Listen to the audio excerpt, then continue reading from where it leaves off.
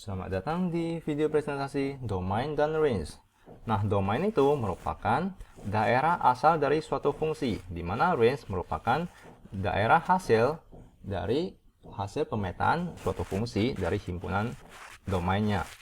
Nah, mari kita langsung ke contoh soal agar kalian lebih mengerti ya. Jadi, misalnya kita mempunyai dua himpunan, himpunan A dengan himpunan B. Dan himpunan A dipetakan ke B melalui fungsi F. Maka, nah, ini adalah elemen-elemen dari A ya, yaitu 1, 2, 3, 4. Di mana elemen B itu adalah A, B, C, D. Nah, maka untuk domain F, domain dari fungsi F itu merupakan daerah asal ya. Maka itu adalah 1, 2, 3, 4. Jadi daerah asalnya adalah 1, 2, 3, 4. Yaitu input dari fungsi F tersebut. Nah, untuk range F itu sama dengan, ini adalah hasil pemetaan dari fungsi F. Maka itu sama dengan A, B, C. Nah, D tidak termasuk ya, karena ini bukan merupakan hasil pemetaan dari fungsi F dari himpunan A tersebut. Nah, semoga Anda mengerti konsep dari domain dan range. Nah, mari kita ke contoh soal yang berikut ya. Jika kita mempunyai fungsi kuadrat seperti berikut, maka range atau domain, kita mulai dari domainnya. Maka domainnya adalah dari titik yang paling kiri ke yang paling kanan. Di sini jika kita melihat ada fungsi begini, inputnya itu adalah X tersebut ya, X dari titik ini sampai ke sini. Jadi dari negatif X ini ke S. Nah, ini yang disebut dengan domain. Maka hasilnya adalah, hasil dari fungsi tersebut adalah dari titik yang paling bawah sampai ke titik yang paling atas. Ini yang disebut dengan range. Nah, mari kita ke contoh soal berikut ya. Jika kita ada fungsi linear begini, maka domainnya untuk fungsi F tersebut adalah dari titik X negatif ini sampai ke X positif di sini. Nah, ini merupakan domain. Di mana range-nya adalah dari titik yang paling bawah ke titik yang paling atas. Nah, ini yang disebut dengan range. Nah, bagaimana kita caranya untuk mencari domain dan range? Nah, mari saya tunjukkan. Jika kita mempunyai fungsi fx itu sama dengan ax ditambah c. Ini adalah fungsi linear ya. Maka domain dari fungsi f itu sama dengan x, di mana x merupakan elemen real. Karena himpunan apapun atau input apapun yang dimasukkan ke x ya, atau ke fungsi ini akan menghasilkan himpunan penyelesaian. Jadi X itu elemen real untuk himpunan untuk fungsi linear. Nah, jika untuk fungsi seperti berikut, fungsi berbentuk pecahannya, di mana ini adalah AX ditambah B dibagikan dengan CX ditambah dengan D. Maka domain dari F tersebut adalah X, di mana X tidak merupakan, penyebutnya itu tidak boleh sama dengan 0 ya. Maka ini adalah CX ditambah D tidak boleh sama dengan 0. Nah, ini adalah, jadi kita bisa sebutkan bahwa CX itu tidak boleh sama dengan negatif D, di mana X itu tidak boleh sama dengan negatif D per C. Jadi ini tidak boleh sama dengan negatif D per C, di mana X itu elemen real. Karena jika suatu bilangan dibagikan dengan 0 akan menghasilkan tak terhingga. Jadi himpunan penyelesaiannya tidak dapat ditentukan ya. Nah, untuk fungsi berbentuk seperti berikut, fx sama dengan akar dari ax ditambah b. Maka domainnya itu adalah x, di mana x di mana ax ditambah b. Ax ditambah b itu harus lebih besar sama dengan 0. Karena himpunan atau hasil dari ax ditambah 0 jika negatif, maka akan menghasilkan akar negatif ya, akar dari bilangan negatif. Maka ini akan menjadi bilangan imajiner, bukan bilangan real lagi. Jadi tidak mempunyai himpunan penyelesaian. Maka ini kita bisa sebutkan bahwa saya hanya tuliskan rumus ini ya, karena kalian perlu jabarkan, di mana ax ditambah b harus lebih besar sama dengan 0, di mana x itu elemen real. Nah, semoga Anda mengerti cara untuk mencari domainnya. Nah, untuk range fungsi tersebut adalah sama dengan domain dari fungsi inverse-nya jika merupakan fungsi bijektif. Nah, apakah fungsi bijektif tersebut? Fungsi bijektif adalah fungsi di mana himpunan dari domainnya dengan range-nya berkoresponden satu ke satu ya. Nah, misalnya kita mempunyai dua himpunan A dengan himpunan B, dipetakan oleh F. Maka jika elemen A dipetakan ke elemen B satu ke satu, maka ini merupakan fungsi bijektif. Fungsi bijektif ya.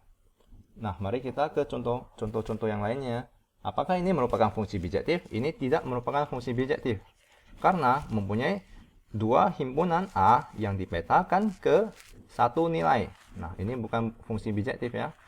Karena di sini bukan berkoresponden 1,1 atau 1 ke 1. Nah, apakah fungsi tersebut, fungsi yang kedua ini merupakan fungsi bijektif?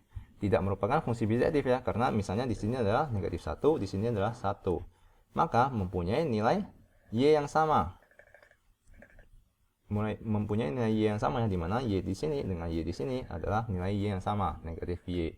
Maka ini bukan merupakan fungsi bijektif, karena tidak berkoresponden 1 ke 1. Nah, misalnya kita mempunyai fungsi linear ini, apakah merupakan fungsi bijektif? Ya, ini merupakan fungsi bijektif.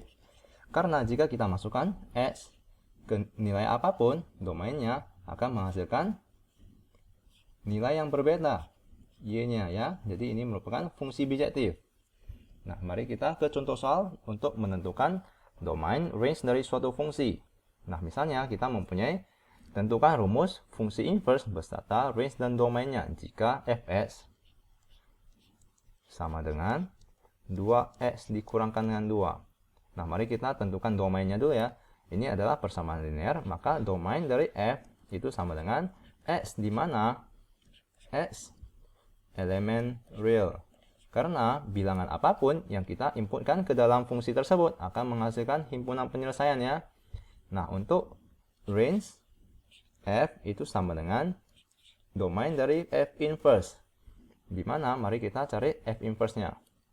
F inverse-nya adalah, karena ini merupakan fungsi bijektif ya, telah kita tunjukkan dahulunya di sini, fungsi linear itu merupakan fungsi bijektif.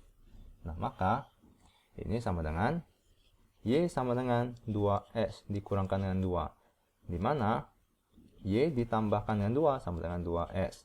Maka x sama dengan Y ditambah 2 per 2. Nah, maka ini adalah fungsi inverse-nya adalah f inverse x itu sama dengan x ditambah 2 dibagikan dengan 2. Maka untuk domain dari fungsi inverse-nya itu sama dengan x, di mana di sini adalah y ya, karena merupakan range dari fungsi f. Maka y di mana y merupakan elemen real. Karena bilangan apapun yang kita masukkan itu akan menghasilkan nilai atau himpunan penyelesaiannya. Ini adalah fungsi linear. Nah, mari kita ke contoh soal B. Fx itu sama dengan 3x dikurangkan dengan 2 dibagikan dengan x ditambahkan dengan 3. Nah, maka domain dari f itu adalah x, di mana x tidak sama dengan negatif 3 dan x elemen real. Nah, karena di sini jika kita masukkan negatif 3, maka akan menghasilkan suatu bilangan dibagikan dengan 0 ya. Maka domainnya adalah x tidak boleh sama dengan negatif 3. Nah, untuk mencari range-nya, range dari fungsi ini adalah, karena ini merupakan fungsi bijektif ya, maka range f itu sama dengan, ini sama dengan 3x dikurangkan y sama dengan 3x dikurangkan dengan 2 dibagikan dengan x ditambah 3, di mana y dikalikan dengan x ditambah 3 sama dengan 3x dikurangkan dengan 2. Nah, maka mari kita kalikan ke dalam. Yx ditambah 3y sama dengan 3x dikurangkan dengan 2. Maka yx dikurangkan dengan 3x sama dengan negatif 3y dikurangkan dengan 2. Nah, maka ini adalah x dikalikan dengan, kita faktorkan x ya, keluar y dikurangkan dengan 3 sama dengan negatif 3y dikurangkan dengan 2. Maka x sama dengan negatif 3y dikurangkan dengan 2 dibagikan dengan y dikurangkan dengan 3. Maka fungsi inverse dari f tersebut adalah Negatif 3x dikurangkan dengan 2 dibagikan dengan x dikurangkan dengan 3. Maka untuk menentukan range-nya, range dari fungsi f itu sama dengan domain dari fungsi inverse-nya, di mana y adalah y tidak boleh sama dengan 3 dan y elemen real. Karena di sini jika kita masukkan nilai 3 ke dalam fungsi inverse-nya akan menghasilkan suatu bilangan dibagikan dengan 0 ya.